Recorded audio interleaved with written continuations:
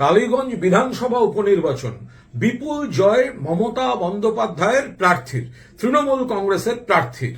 আমরা আন্তরিক অভিনন্দন জানাচ্ছি ভোটারদের, মানুষকে, এবং আমরা পরিষ্কারভাবে বলে দিতে চাই যে আবার এই বিজেপি হারলো, আবার এই কংগ্রেস সিপিএম হারলো। চূড়ান্ত সাম্প্রদায়িক ভেদাভেদ বিষমূলক প্রচার করেছে। ওখানে সুকান্ত বাবু, শুভেন্দু বাবু সবাই গেছেন। আমাদের শ্রদ্ধেয়া মমতা বন্দ্যোপাধ্যায়, আমাদের সর্বভারতীয় সাধারণ সম্পাদক অভিষেক বন্দ্যোপাধ্যায়কে যেতে পর্যন্ত হয়নি।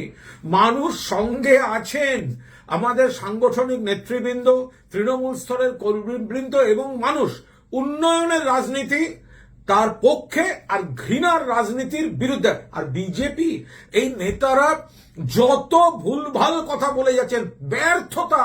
সুকান্ত মজুমদার সভাপতি হিসেবে লজ্জা হওয়া উচিত। কমছে সিপিএম এখনো শূন্য, কংগ্রেস শূন্য। তৃণমূলের বিরুদ্ধে এত অপপ্রচার, এত কুৎসা, এত চক্রান্তের পরেও বাংলার মানুষ প্রমাণ করে দিয়েছেন।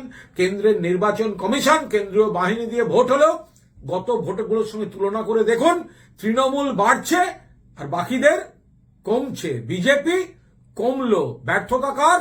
বিজেপির এই নেতৃত্বের এবং বাংলার মানুষের সাফল্য যে তারা মমতা বন্দ্যোপাধ্যায়ের পাশেই আছেন।